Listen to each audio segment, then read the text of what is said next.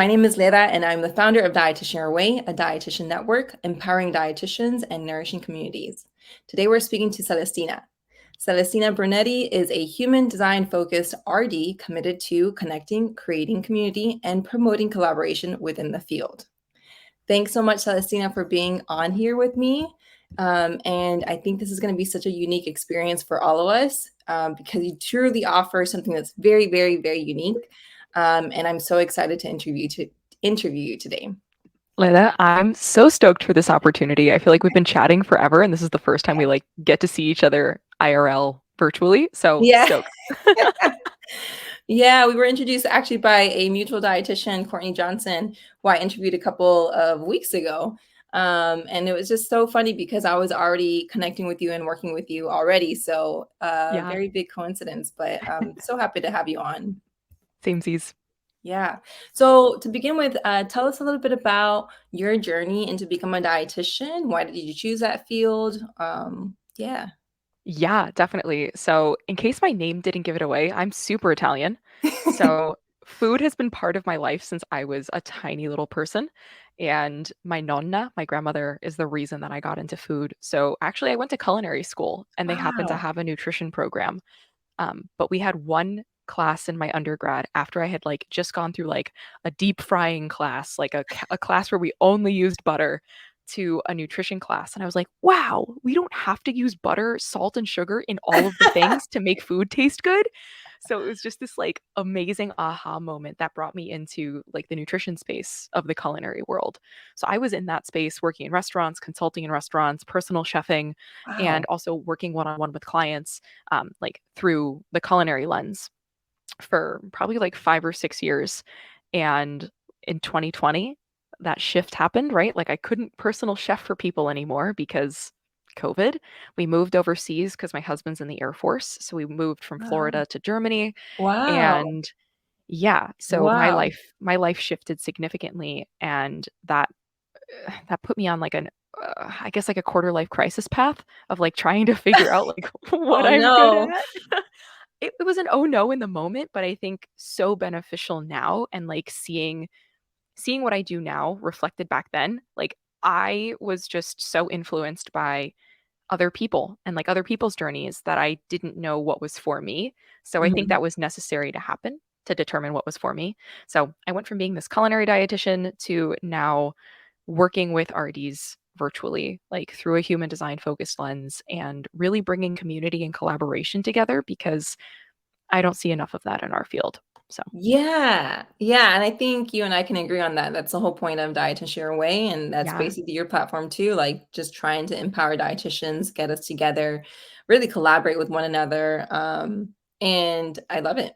I think that everybody can win. Everybody can win, right? As long as we kind of root for each other and really strive for helping one another. Because the cool thing about being dietitians is that we're multifaceted. There's so many of us yes, in so many different fields and industries, and why not kind of join together and join forces to help get, the information out there for the general public. yeah. Yeah. And actually, what's I guess put me on this path was that I started hosting my podcast, the Dietitian Collaborative, in a similar way like this, right? Like having RDs just have a platform to share their stories Yeah. because I think that also highlights how beautifully different we are Yes. and what what instigates us coming into the field. For me, it was food. For other people, it was maybe sports or going through Yeah. some type of nutrition journey themselves, you know? Yeah. So it's really cool to see what brought us here and what's keeping us here. Yeah. I love it. I love it. Tell me a little bit more about how you became a dietitian. Where did you go to school? Like, what was that journey like? Yeah. So I went to Johnson and Wales in Rhode Island. It's a culinary school. So hence the culinary background. Yeah. Love me some good food. Yeah, so an undergrad in culinary arts with the hopes of one day opening up a restaurant, but it was really that one class that shifted it all for me. And my work study job with the nutrition department, I was like, oh, you guys are doing cool things. And I was also That's really bored cool. in culinary school, so I needed something a little bit more Really? challenging. Yeah. Probably because you probably learned all the culinary skills already at home, so you're just like, "This is easy, like, what am I doing Yeah. here?" The culinary skill set, I think you get a really good foundation in culinary Mhm. school, but you learn so much in restaurant worlds. I was actually really bored with the academics because I went to Yeah. like I went to like a pretty competitive high school, Uh-huh. and like Johnson and The Wales, transition. love you guys, but the academic piece of it was not challenging, and I just needed something more. Yeah. Gotcha. Okay, cool. Would you recommend the program to like other dietitians or other RDTBs?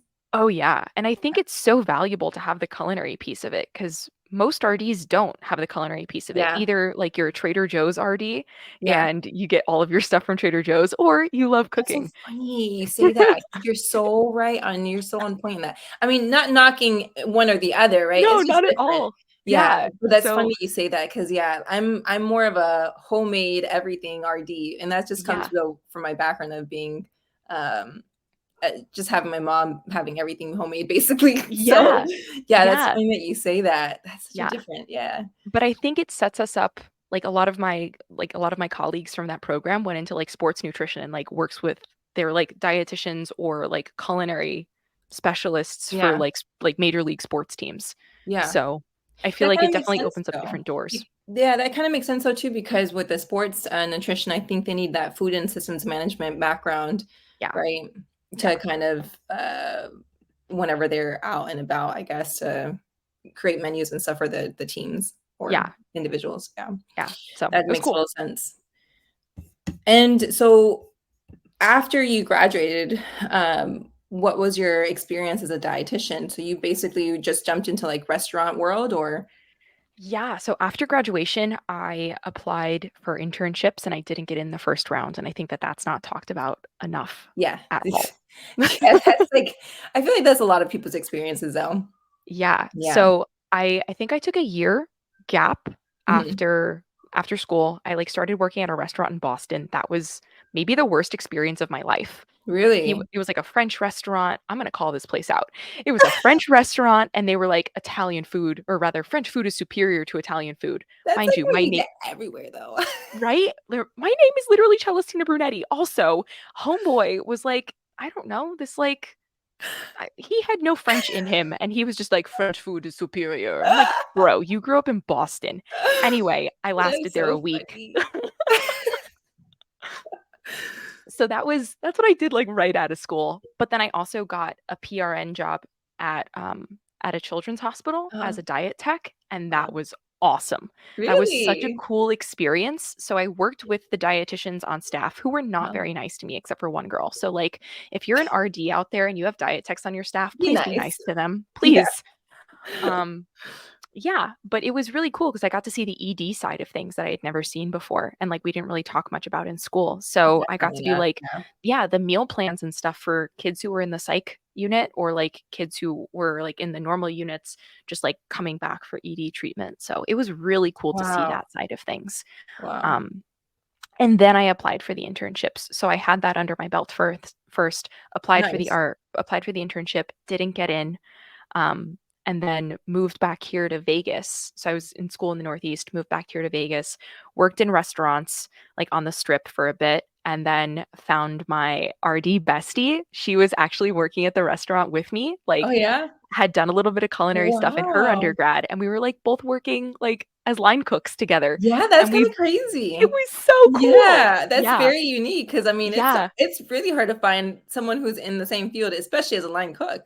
Yeah, it was wild, and we actually applied to the internship together. We got, like, matching suits, and we Ah, that's both so got it at the cool. same time, so Wow. that was through UNLV, and it was not my dream program. I really wanted, like, a community-based program, Yeah, like, Cal Poly SLO was, like, my dream school. It's yeah. okay, guys, I'm not offended, I think everything happens for a reason. Um, but UNLV was great. It was a 6-month program, it was super 6 fast. month, wow. Yeah, I think we started in January, or maybe not 6 months, maybe 7 months, I don't know, we were, like, Yeah. done in August. We started in January, done in August. It was so fast. Wow. Yeah, but That's crazy. so grateful for that program Yeah, because and they every saw the program is so difference. different. What was your Yeah. program like? Uh, very, very heavy clinical, very heavy clinical, but I had a Yeah, really good hospital. So, the RDs there were amazing because 'cause I've heard horror stories, but the 3 RDs that I learned under were absolutely amazing. cool. Very Yeah. cool, very cool. All right. Well, tell us a little bit about what you're doing now. I'm so excited to get into this topic. Yeah, definitely. So after my quarter life crisis at 28, I think I was on business coach number 3 at this point, and Uh, like probably had spent as much as my undergrad, like 1 year of my wow. undergrad on business coaches because I like couldn't figure it out and everything that they were saying just wasn't working for me, and I'm like, it can't be me. But guess what? It was me. It was 100% me. But it wasn't me, like, not doing what they told me because I did what they told me, but what they told me wasn't for me, right? So, like, Yes. it took me a while to learn that, which was a Yeah. bummer, but also very much needed, Yeah. you know? So during my quarter life crisis, I was working with a business coach and Mhm. I was in, like, a mastermind program with her, and one of the other ladies, it wasn't a dietitian specific business coach. Yeah. She just worked with, like, women entrepreneur coach like things. Okay. So one of the other ladies in that space was a human design coach, and she and I are still, like, really good friends till this day. Nice. Um, but she's the one who introduced me to human design, and that was really the aha moment for me. So human design is like, I like to describe it as like the hippy dippy version of like Enneagram or Myers-Briggs. So with those, I think they're great, but you have to answer so many questions. Mhm. And for me at least, my mind would get in the way and I'd be like shoulding on myself. Like, I should feel this way, or this is how I should answer this question, or like thinking about it aspirationally rather Yeah. than how I am in the now. Yeah. And that was, I feel like I never felt connected to like what I saw in my Enneagram or what I saw in my Myers Gotcha. Briggs. But with human design, again, the hippy dippy piece of it, it is based a little bit on astrology, as you mentioned. I think you Love and I it. like mentioned this Yeah. like off camera earlier. So it's based on like astrology, the Hindu chakra system, Okay. um, the something else. I don't know. There's like 5 or 6 things that it's based on, right? So it's like real Okay. hippy dippy. You put in your birth date, your birth time, and your birth location, and it pops out this whack ass looking chart. And you're just like, yo, how do I read this? um, but, like, once I had my friend Jen, like, explain it to me, I was like, "I feel so seen, and I understand myself better." And that was, like, the literal pivotal change moment for me in, like, Okay. taking my business from, like, not working online to I at least have a goal and, like, know what I wanna do and know what my superpowers are. It's just, like, it's an unlearning process of Uh-huh. trying to harness it and then relearning what your strengths are. So it's Ooh. kind of like digging in deep in digging in deep or inwards and figuring out what your strengths are and kind of using it to your advantage to propel your business forward. Yeah, it is so much inner work. It is so much like deconditioning is the term that's utilized and like thrown around in the human design Okay. world because like whether it's our parents or the people that we grew up with or our physical environments or Yeah. society, right? Like Yeah. we We get get conditioned. bombarded. Yeah. Yeah, exactly. Like we get conditioned to think of things as like the norm or the way we Right. quote unquote should be doing them. And Right. there's a lot of external pressure that we put on ourselves Yeah. that isn't our energy, right? Right. So it's learning, it's really about like learning what is your energy and what isn't your energy, and how to harness what is your energy and how to let go of what isn't your energy. Gosh, this is so up my alley because I am always like, and of course, we have external stimuli all the time, but I'm always trying to figure out. Actually, I just wrote a editorial piece for something different, but it was actually just based off of energy, and it was Yeah. literally just like, how does my energy show up, and what does that tell me about my energy, or what does that tell me about myself in that moment, and what is it that I need to move forward or Yeah. to feel to change this energy, right? Yeah. Or it could just be positive energy, but it's, what is it that got me to this point? So yeah, I'm very curious and interested on how exactly this works. We might have to take this offline. Yes. but So down for that. but yeah, that's really, really cool. So for you personally, what did you learn after you did that? Ooh. Maybe that So, might be too deep, but ooh, no, it's not but too deep. We're okay. going to go real deep. I it's so funny because I'm actually going to be talking about this on my podcast next week too, but Okay, nice. I'm going to go deep for you guys. So, I was overworking. I don't think I allowed myself to take a day off because that's not what the Gosh, rhetoric you for and I are very entrepreneurs similar. is, right? Like the rhetoric is go go go, do do Yeah, do, and that's how you yeah, succeed. yeah, And what I learned is like that is so not my vibe. yeah, But when I was personal chefing, mind you, I was just doing that for myself. I was probably working 60 hours a week Wow. for myself because Wow. I don't think the drive was just money. The drive was go, go, go, do, because this is how you do it, you know? Right. And the money came, Right. but I was exhausted. Like Right. my eyeballs were down here. You guys, I don't know Right. if you can see this, but like my eyeballs were like where the bottom of my nose is. Like it was not great, you know? So what I learned is I'm not here to go, go, go, work, work, work like that. But I think the business coaches that I had had in the past, that is what they're here to do, right? They're the little energizer bunnies in the world, and that's not me. Um, Yeah. so my human design is called a 6-2 ego manifester. So what that means is role model, hermit. So being a role model, living out what I see beneficial for the world, hermit, needing my alone time. The ego piece, I feel like that can have a negative connotation, but think of it as like heart led or like making decisions with my heart. And Yeah. then manifester is I initiate and I inform. That like that is how I do the things in this world. So learning all of that gave Wait, me I'm a little yeah. confused. I'm sorry. Yeah, For yeah, yeah. me, so Yeah. is it two different pieces of information? Oh, there's all the pieces of information. Okay, so these are like little okay, so keep going. Sorry. Yeah. So the the very high level of like how one would read their human design is two numbers called a Mhm. profile, their authority, which Mhm. is for me heart led, and then their no, sorry, their strategy, which is heart led, and then their authority, which for me is a manifester. There's also Okay, manifesting got it. generator, reflector, projector, right? Got it. There's different components of all of this. Um, but what I learned is I'm really only here to like work well 4 to 6 hours a day. Yeah. And I was doing 60-hour work weeks and none of it was amazing, right? Right. So I need a Right. lot of sleep for my human design type in particular. Um, but again, there are other people here who Yeah. really thrive on doing all of the things all of the time. And Right. then there are other people who just need to wait, you know? So I think learning that piece of it for me gave me the permission to learn how to do less and to have less on my calendar, to have less booked. Because if I look back at like 2019, 2020, oh my God, even 2018 and 2017, I don't think I had one day on my calendar without anything on it. And now Wow. I have maybe Wow. 2 or 3 things a week that I Wow. have to do. So it's given me so much permission to allow creative flows to happen. And Yeah. I've learned that instead of scheduling out posts, I really have to be feeling something to share Right. it. And like, if you can do 30 days of posts in like 30 minutes, props to you.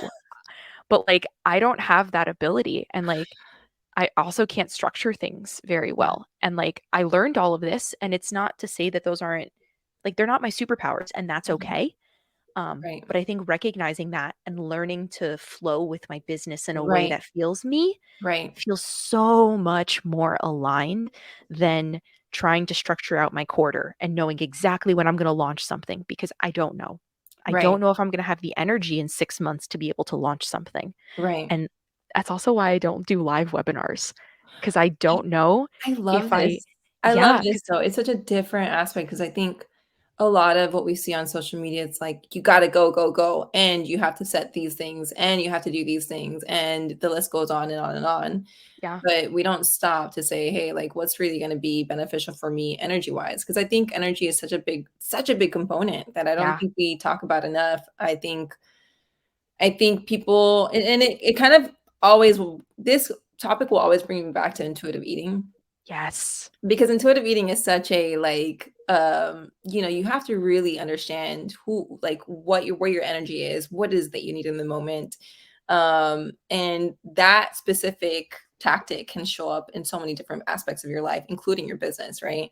yeah. Um, so yeah, I think this is great, but I do think that we don't get enough of this on social media, right? I think it's more so the opposite of like, oh, you got to do this and you got to do that and you got to do right. It's like the never W ending list. We're told to look externally for the answers when in reality, the answers are within us. Yeah. We just have to learn how to listen, Yeah. right? Like some people have the gut reaction, hell yes, hell no. Some Yeah. people have like an emotional wave that they have to ride. Some people just have this internal intuition. For me, it's heart led, right? Like if you listen to what your body is telling you, whether it's intuitive eating Yeah. or decisions for your business, the answers are there. Yeah. You just have to be open to it and unfortunately do some of the like unsexy like discovery work, you know? I think that's another part of, how patients or customers, they look at intuitive eating like, I don't really want to do this because this is too much work. And it's a lot of internal work. Yeah. Yeah. It's digging deep and like it's hard to go there, right? Like there have been Mhm. weeks where I can't work at all and I Mhm. just go on like really long walks with my dog. Yeah. Sometimes listening to a true crime podcast cuz that's my love. And sometimes just like having my headphones in so I have like RBF and no one talks to me and I'm just like in my own thoughts, What's But RBF? RBF, resting bitch face. I feel like I'm like a old person sometimes because I'm just like, I don't understand some things. I just have to ask. I love that. My friends always make fun of me, like, come on, get with it, but whatever. But no, I love it. So let's go into your profile on Dietitian Your Way and Yes. let's see what you got going on. And then tell us a little bit while I do that about exactly what you offer to dietitians. Yeah, definitely. So I do things not of the norm in case this conversation didn't lead to that.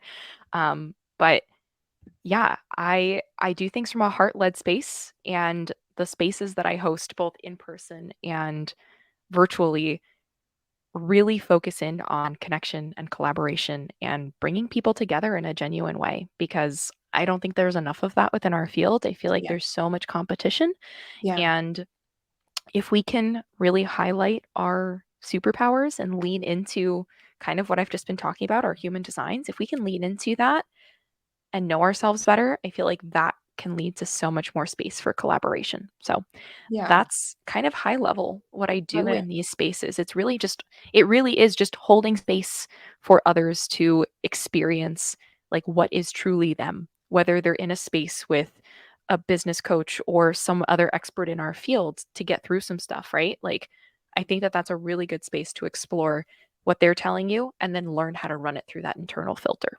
of what is right and what isn't right for you. Okay. Nice.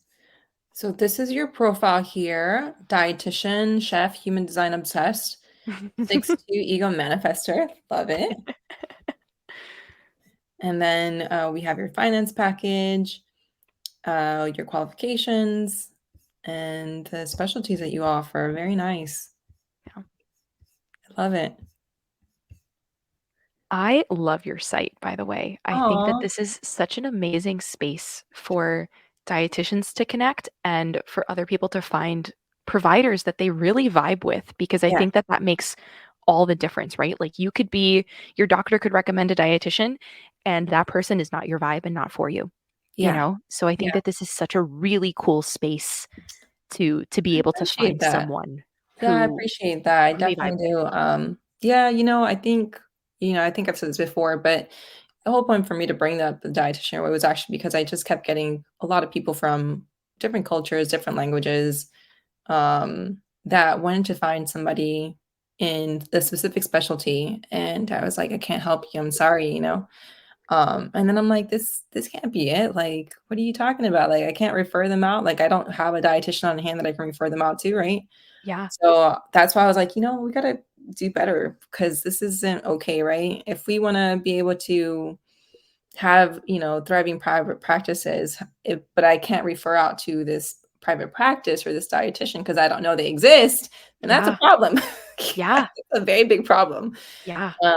So I'm hoping that this can push our field forward too, not just for patients who are looking for people who they vibe with or can they can really feel good and comfortable with, right? Because as we all know, that could be a barrier to quality nutrition care. But also a space for dietitians to be able to push their field, push their practice, or push their business forward, right? Because we all know that Yes. dietitians are multifaceted. We don't just do private practice; we do a bunch of other things. Yes. So yeah, so I appreciate your words 110%. I appreciate Yes. them. Definitely, yeah. Any advice you may have for aspiring dietitians? Ooh. Ooh, okay. Lean into what you love. If you are driven towards clinical, lean into it. If Yeah, you are driven towards private practice, lean into it. Don't feel like you have to go a certain way in the field because you're being told to right. by us jaded people in the field, right? Let's be real. Lean into what you love because that passion is going to guide you forward. And if you feel like you need to pivot at some point, don't be scared to pivot because that's where the magic happens. Yeah. Like what you happened to you, which was pretty cool. Yeah. Yeah, I think a lot of people had pivoted back in 2020 when COVID happened. Yeah. I think everybody had like this, kind of influx of like epiphanies of I need to redirect my life in a different way. Totes. Yeah. Okay, cool. I think that's great advice because I think a lot of people, like you said earlier, or RE2Bs, can definitely be strayed to by external stimuli, right? So like what Yeah. they should be doing, what they need to be doing, money plays a huge factor, right? What's going to be the best strategy to make me the most money? But I think that's great advice, like try to lean into your passion and make that happen. Yeah. And what is your favorite dish? Pizza. 100% Pizza. pizza all the way.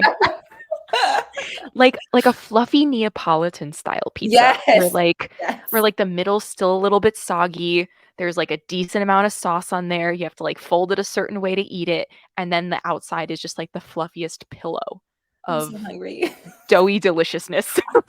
I make my own. So Oh, we nice. have our own like Neapolitan Yeah. style pizza oven in our backyard. Yeah. Nice. You're gonna have to show us on Instagram when you make some. I have to move to Australia first because it's there. Oh, what? My That husband's Air Force, I briefly mentioned that earlier. yeah, So we'll be in Australia at the end of the year, and that's where my pizza oven is currently. that is so exciting. Have you ever Yeah. visited Australia? I was there earlier this year to visit him. Yeah, it was cool. Wow. Yeah. Very cool. Oh my gosh, it's so, so cool. I'm jealous. Very nice. Okay, cool. Well, I think you had one more thing to mention about your business. I do, yeah. So the collab roundtable that I mentioned earlier, I do have a session starting at the end of September. I have a session starting on the 27th, and that is for any and all human design types.